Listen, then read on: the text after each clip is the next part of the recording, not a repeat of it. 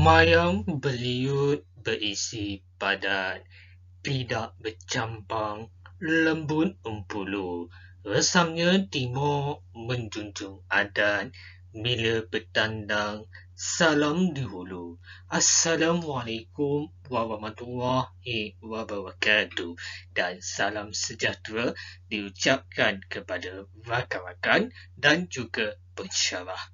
Kumpulan 7 akan membuat pembentangan bagi kursus HSM 215 Pensejarahan Malaysia Semester 1 Sidang Akademik 2020-2021.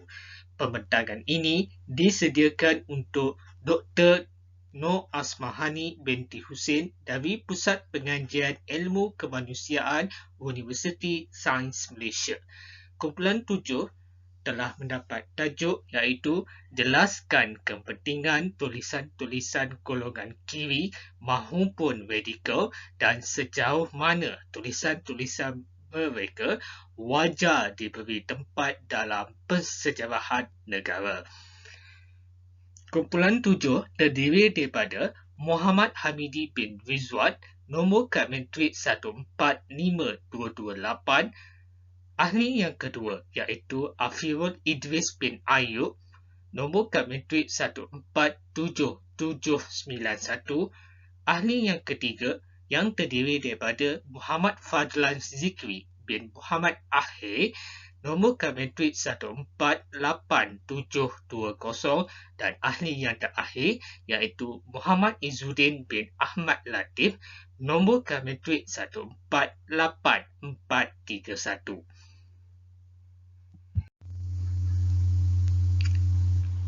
Pengenalan.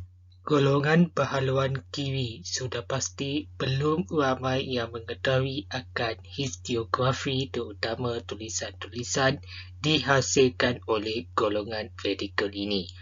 Dalam konteks pendefinisian, radikal ianya merujuk kepada perlainan masa, waktu mahupun tempat. Menurut Kamus Dewan edisi keempat Dewan Bahasa dan Pustaka, konsep radikal ini dilihat secara menyeluruh dan bukannya sedikit-sedikit, dan ianya telah menjelaskan aspek-aspek sifat yang dimiliki oleh golongan pahlawan kiri ini. Golongan ini dikatakan telah memperjuangkan serta menyokong kepada perubahan-perubahan dasar yang dilakukan mengikut keadaan situasi semasa. Fokus utama pembincangan bagi mengenali tokoh-tokoh pahlawan kiri, kepentingan penulisan golongan pahlawan kiri, dan penulis ingin melihat sejauh manakah kedudukan penulisan ini mampu diberi tempat dalam aliran pensejarahan negara.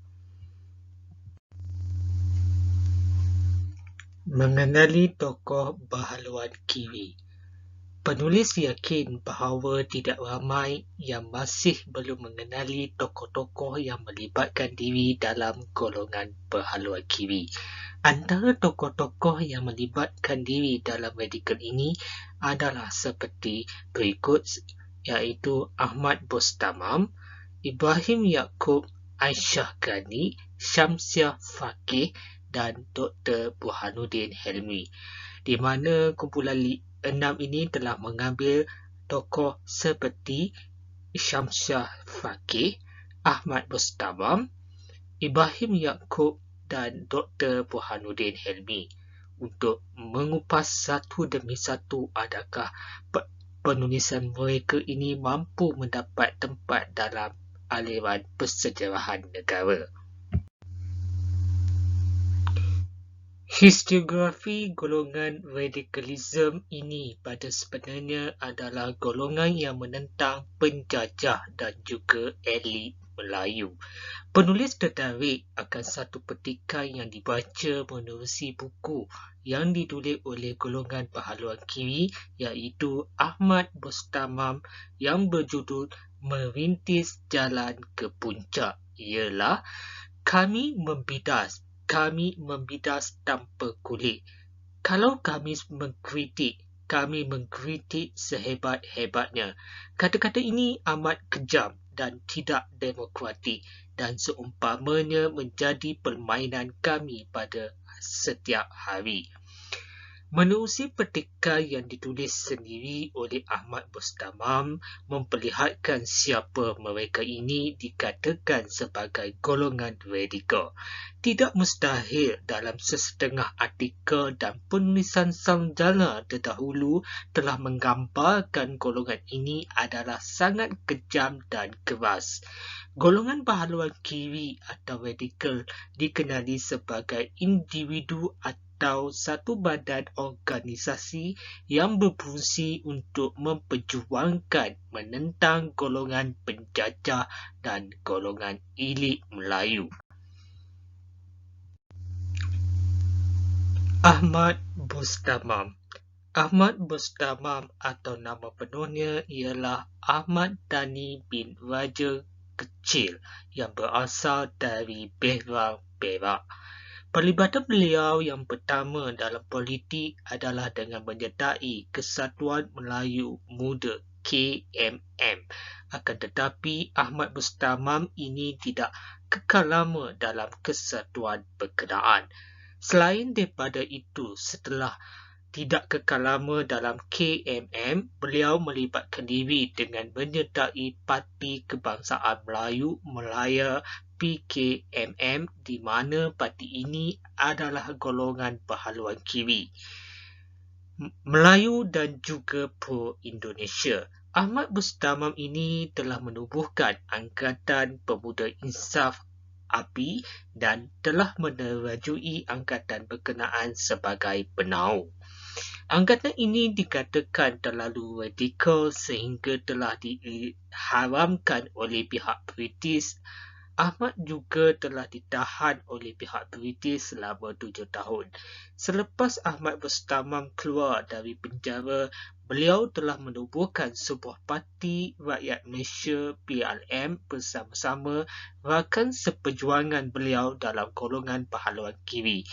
Ahmad Bustamam pernah menyandang jawatan sebagai ahli parlimen setapak pada ketika itu. Bukan itu juga hayat yang terakhir dikandung badan pada 19 Januari 1983. Menerusi merintis jalan ke puncak, dapat dianalisiskan matlamat penulisan Ahmad Bustamam adalah untuk menceritakan kisah beliau sebagai pejuang golongan kiri yang syarat dengan perjuangan, di mana ianya telah berkorban dan penderitaan yang dialami dalam memperjuangkan kemerdekaan dan ianya ditulis untuk menjelaskan sejarah perjuangannya yang dianggap sebagai pelampau wahal beliau yang menubuhkan PKNM yang lahir daripada Jabatan Pengarang Suara Rakyat yang bermatlamatkan perjuangan untuk menuntut kemerdekaan sepenuhnya. Dibuktikan dengan matlamat ini termaktub di dalam Rang Undang-Undang sekitar tahun 1946 PKNM yang diluluskan dalam Kongres pertama di Ipoh pada 30 November hingga 3 Disember 1945.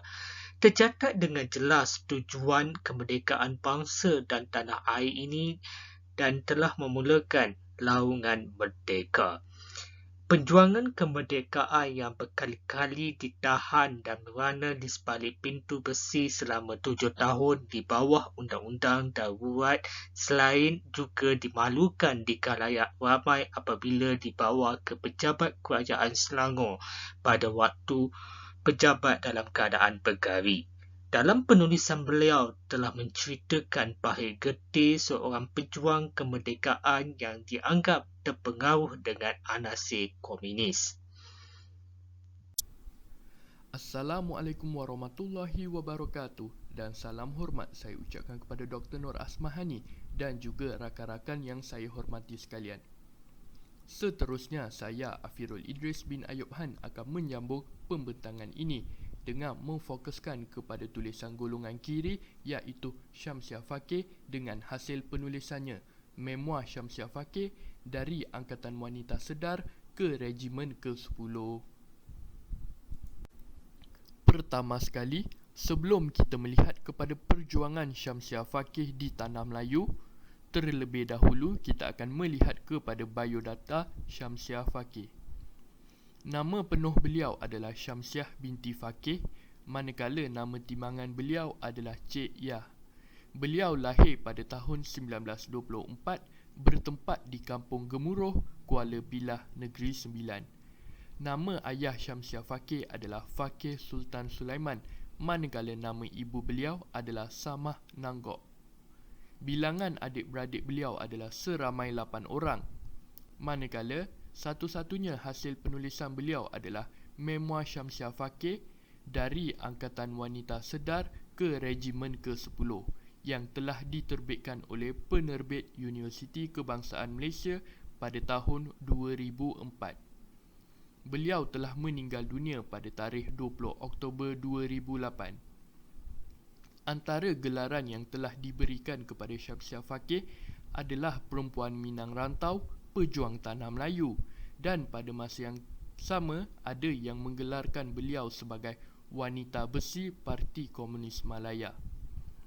Sehingga kepada hari ini, status beliau sebagai pejuang kemerdekaan masih dipersoalkan kerana terdapat sebilangan ahli sejarah yang menyokong perjuangan beliau, manakala sebilangan lagi masih mempersoalkan kemurnian perjuangan beliau. Sekarang kita akan melihat kepada perjuangan Syamsiah Fakih di Tanah Melayu. Permulaan kepada penglibatan Syamsiah Fakih dalam perjuangan di Tanah Melayu bermula pada tahun 1945. Ketika itu, Jepun telah mengundurkan diri daripada Tanah Melayu dan British telah kembali menjajah.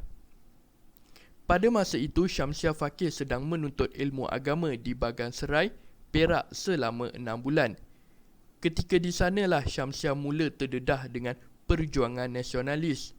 Maka, minat Syamsiah terhadap isu penentangan penjajahan telah timbul pada ketika itu dengan mendengar ceramah daripada anggota pimpinan Parti Kebangsaan Melayu Malaya iaitu PKMM. Kemudian setelah tamat belajar, Syamsiah telah kembali ke kampungnya dan di sana Syamsiah sering mengikuti pertemuan yang dianjurkan oleh Pertubuhan Kebangsaan Melayu Bersatu, Pekembar atau yang lebih kita kenali dengan nama Inggerisnya United Malaya National Organisation iaitu UMNO. Sejak itu, Syamsiah mula tertarik kepada gerangan nasionalis. Selain menghadiri ceramah dari kalangan orang UMNO, Syamsiah turut didatangi oleh aktivis-aktivis PKMM. Maka, Syamsiah juga turut mengikuti pertemuan-pertemuan yang dianjurkan oleh PKMM. Malah, beliau juga turut terlibat secara langsung dalam membuat ucapan dalam satu pertemuan yang telah disiarkan di akhbar. Selepas itu, Syamsiah telah mula dipanggil sebagai penceramah jemputan di merata tempat dan khabar tentang kepetahan Syamsiah berpidato dengan semangat nasionalis yang sangat membara telah mendapat perhatian daripada beberapa orang bekas ahli Kesatuan Melayu Muda KMM. Dalam satu pertemuan anjuran PKMM di Seremban, Syamsiah telah berjaya memberikan sebuah ucapan yang telah mendapat tepukan gemuruh daripada para hadirin. Ucapan Syamsiah ini turut telah disiarkan di dalam surat khabar utusan Melayu pada keesokan harinya. Berikutan daripada kabar itu dan selepas menyedari bakat Syamsiah, maka Musa Ahmad iaitu seorang daripada ahli PKMM telah pergi berjumpa dengan Syamsiah bagi menyatakan hasrat PKMM untuk menjemput Syamsiah supaya menyertai bahagian dalam pimpinan wanita PKMM. Tawaran itu telah disambut baik oleh Syamsiah dan kemudian selepas beberapa hari, Dr. Burhanuddin Al-Hilmi bersama-sama Musa Ahmad dan Abdullah Cik Dat telah pergi ke rumah Syamsiah dan menjemputnya untuk berkhidmat dengan PKMM. Setelah itu, Syamsiah menerima sepucuk surat daripada Musa Ahmad yang meminta beliau untuk berpindah ke Kuala Lumpur bagi menjawat secara rasmi jawatan Ketua Bahagian Wanita PKMM yang telah dikosongkan oleh Aisyah Ghani. Dan selepas 2 hari, Syamsiah pun bertolak seorang diri menaiki bas. Maka pada hari tersebutlah Syamsiah telah secara rasmi menjawat jawatan Ketua Bahagian Wanita PKMM, dan tidak lama selepas itu bahagian wanita itu telah dinamakan semula sebagai Angkatan Wanita Sedar AWAS secara rasmi pada tahun 1946. Beberapa tahun kemudian, iaitu secara tepatnya pada tahun 1948, setelah pengharaman parti politik bersifat kiri atau radikal seperti Angkatan Wanita Sedar, Angkatan Pemuda Insaf dan PKMM, maka Syamsiah telah menyambung perjuangannya dengan menyertai pasukan gerila. Lalu Syamsiah didapati menjadi anggota Parti Komunis Malaya PKM yang sah pada tahun 1948, dan beliau telah mengikuti satu latihan militer di sana. Akhirnya pada 20 Jun 1948, Undang-Undang Darurat telah diisytiharkan di seluruh Malaya. Semasa undang-undang itu diisytiharkan, ramai anggota parti dari Pertubuhan Patriotik Berhaluan Kiri telah ditangkap oleh pihak berkuasa penjajah British, dan perkara ini telah menyebabkan Syamsiah Fakih meneruskan perjuangannya secara bersenjata dengan menyertai Regimen ke-10. Jadi itu adalah perjuangan Tanah Melayu oleh Syamsiah Fakih daripada AWAS sehingga kepada Regimen ke-10.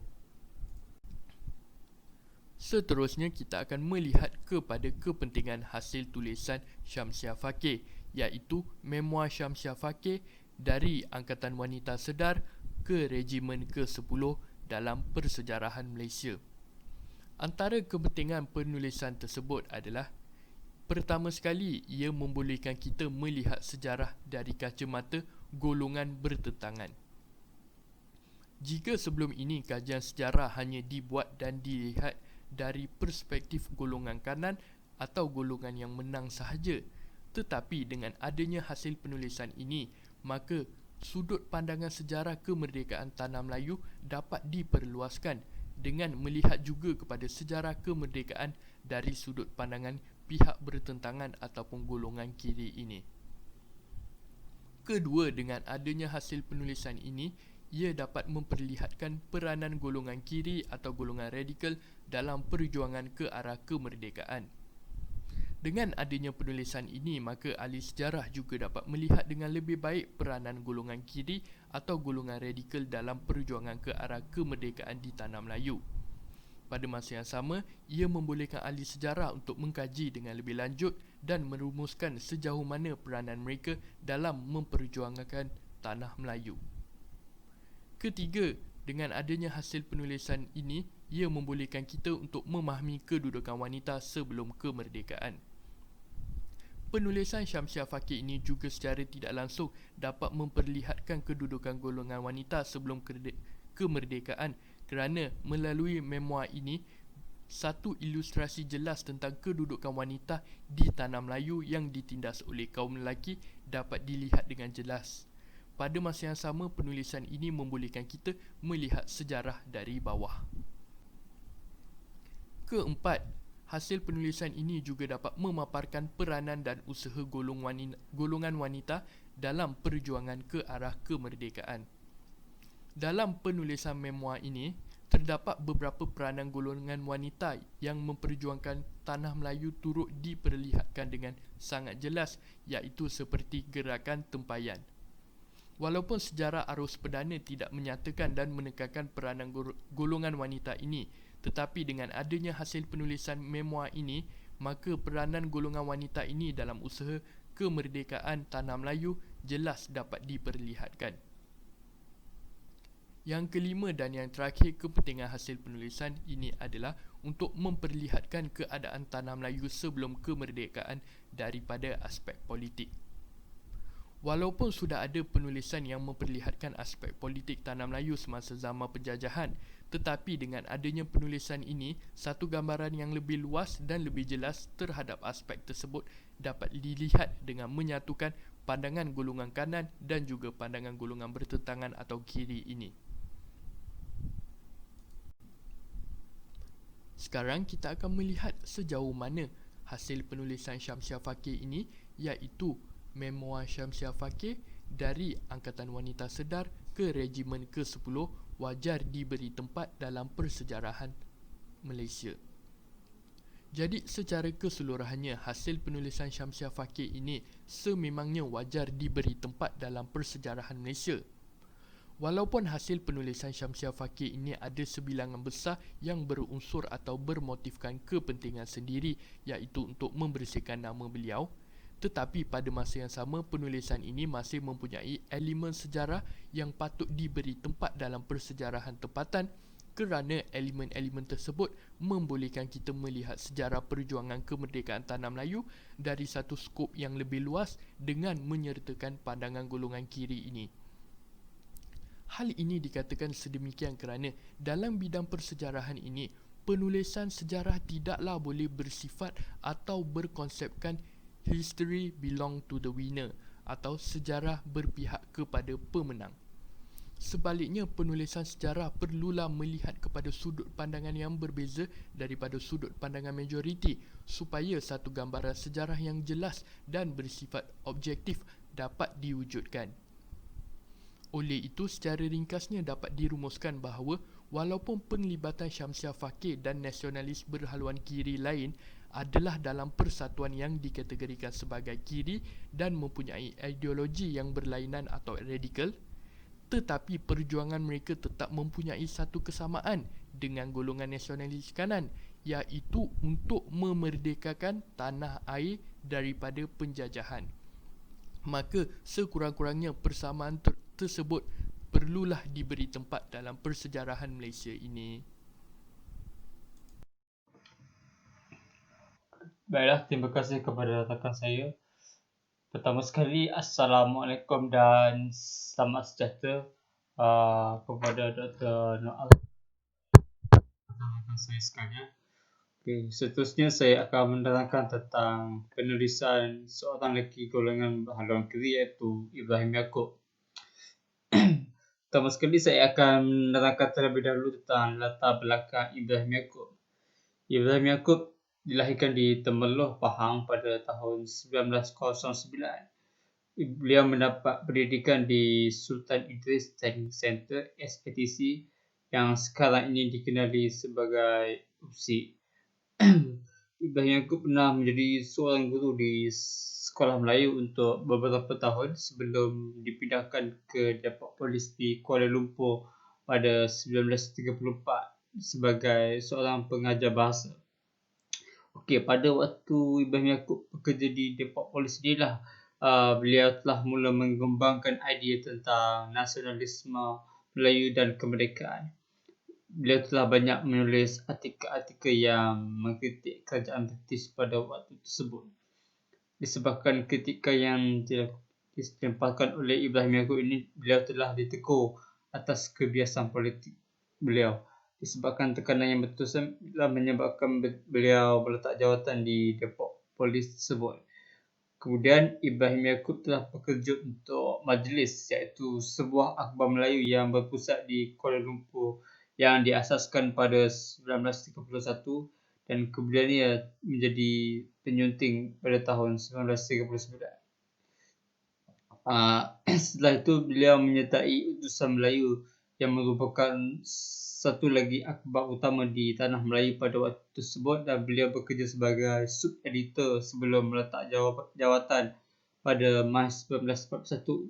Kemuncak perjuangan Ibrahim Yaakob adalah dengan menubuhkan Kesatuan Melayu Muda KM pada 1938 untuk menyebabkan kesedaran politik dalam kalangan orang Melayu.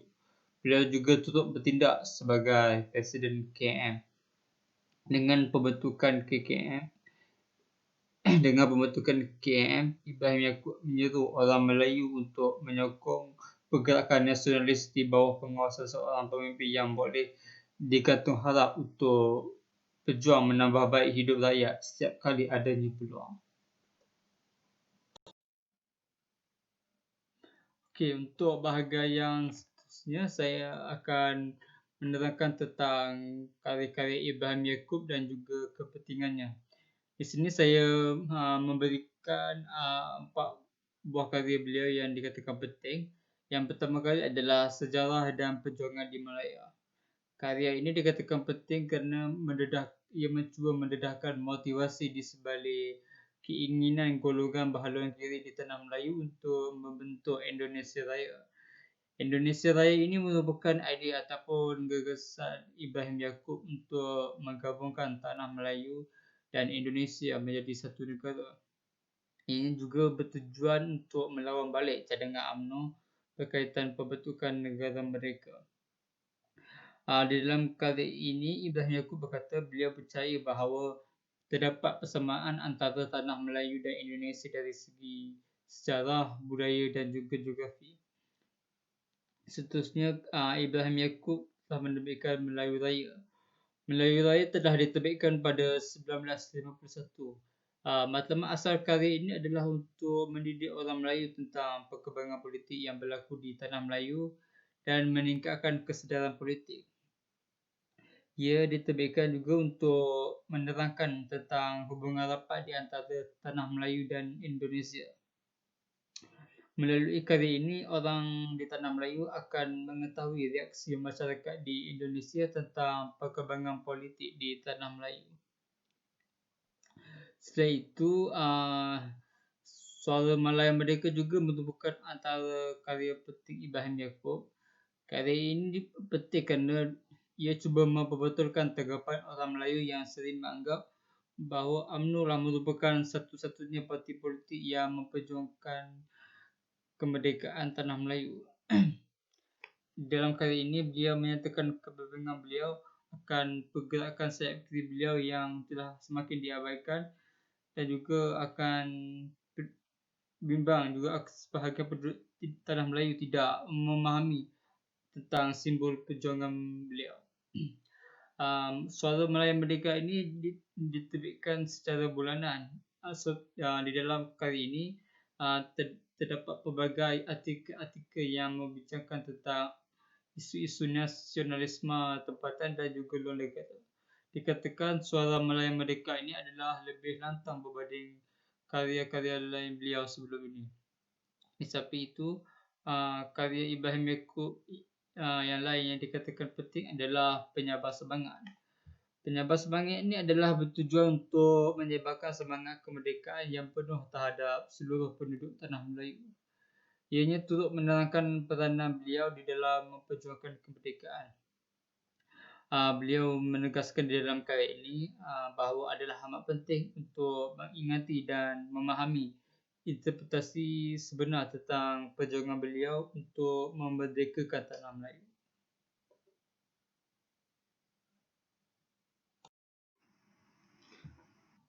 Kemudian antara sebab mengapa tulisan Ibrahim Yaakob ini wajar diberikan tempat dalam persejarahan negara adalah sekarang yang pertama sekali, Ibrahim Yaakob turut memperjuangkan kemerdekaan tanah Melayu walaupun dengan cara yang berbeza berbanding UMNO.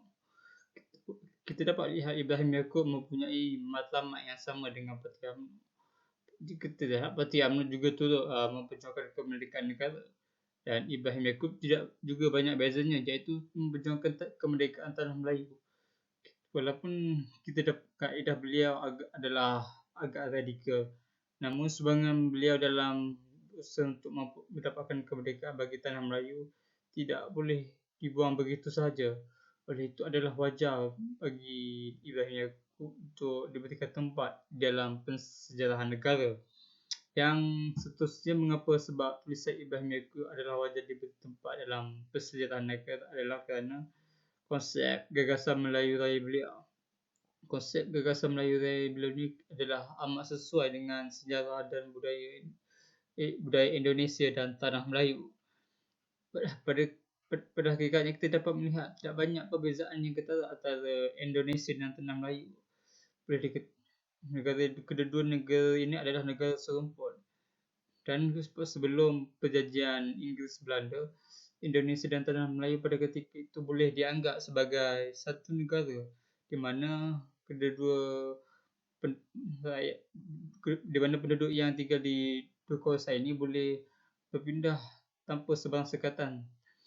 Dan sebab Sebab yang ketiga, mengapa tulisan Ibrahim Yaakob wajar mendapat tempat dalam persejarah negara adalah kita dapat lihat penentangan radikal menentang penjajah juga turut berlaku di negara Asia Tenggara yang lain dan mereka mendapat tempat dalam persejarahan negara tersebut.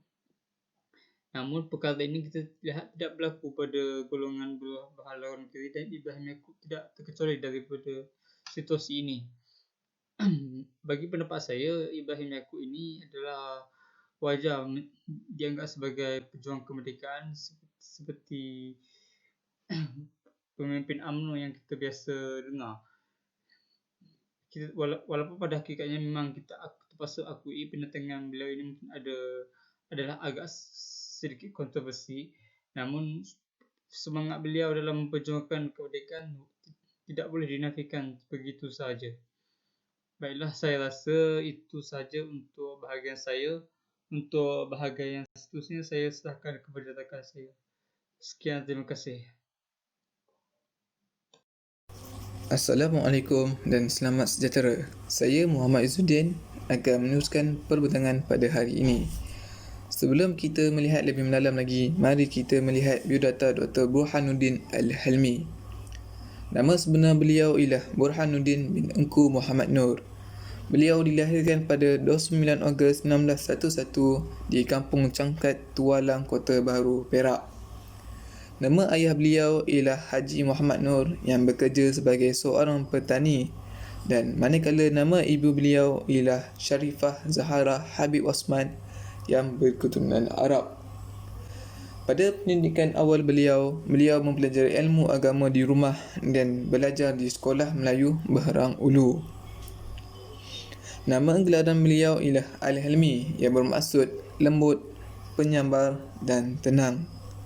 Antara hasil penulisan beliau ialah Perjuangan Kita, Falsafah Kebangsaan Melayu, Agama dan Politik serta Ideologi Politik Islam. Dalam slide kali ini, saya akan menerangkan perjuangan Dr. Burhanuddin dalam PKM dan PAS.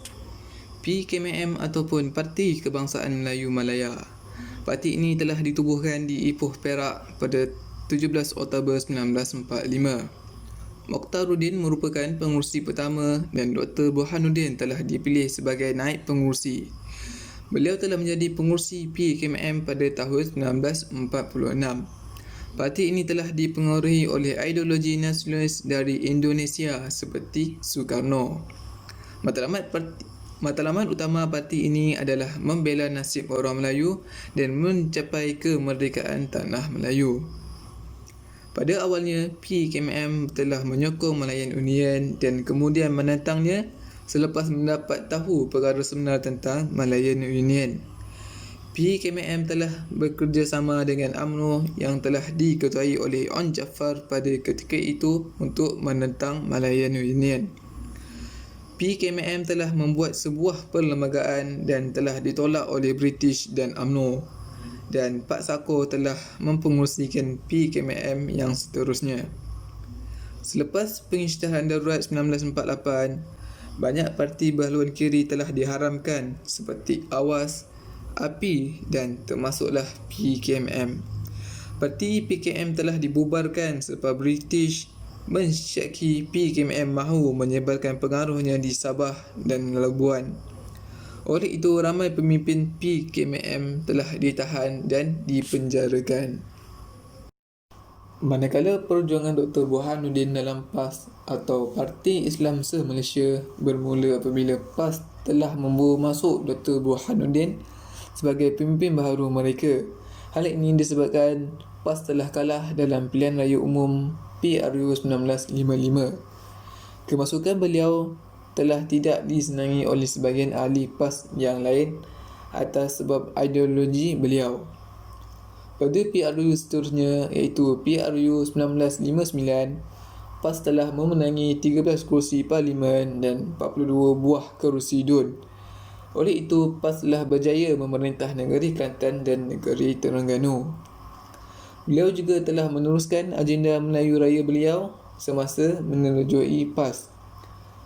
Semua sudah disedia maklum bahawa penumbuhan Malaysia telah ditentang keras oleh Presiden Indonesia dan sehingga tercetusnya kempen Ganjang Malaysia.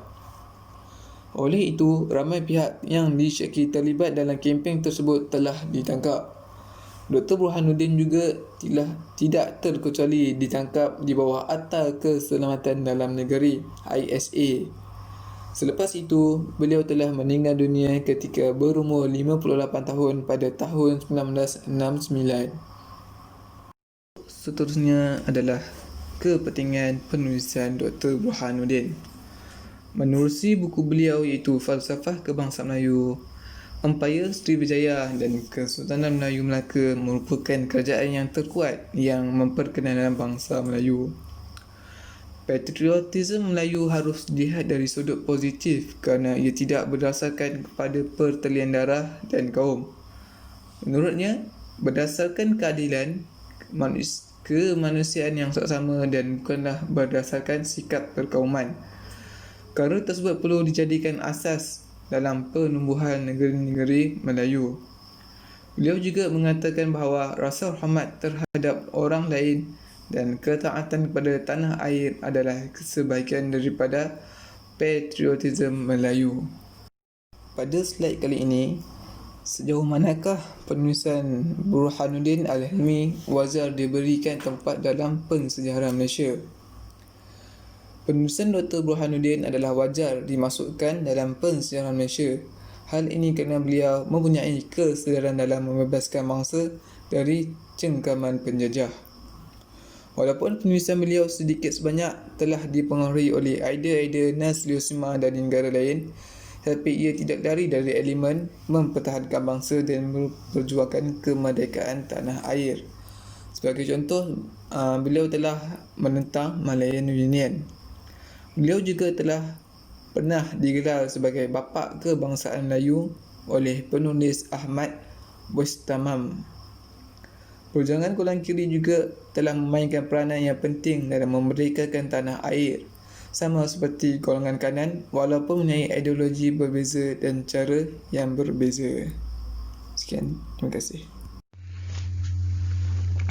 Tuntasnya, selepas menilai hasil penulisan yang ditulis oleh golongan bahaluan kiri ini, penulis dapat menyimpulkan bahawa mengenai sejarah yang telah dipelajari di sekolah amat berlainan dengan sejarah yang penulis ketahui selepas penulis menghasilkan penulisan ilmiah ini. Penulis yakin bahawa sememangnya penulisan golongan bahaluan kiri ada benarnya dan ingin golongan berkenaan menyampaikan melalui penulisan mereka. Alternatif yang telah dilakukan oleh pemimpin ini menerusi suara rakyat telah menubuhkan parti politik yang hanya bersandarkan matlamat dan menuntut kemerdekaan sepenuhnya, serta golongan ini telah menggumpal perlembagaan rakyat yang dilihat dari kesungguhan mereka.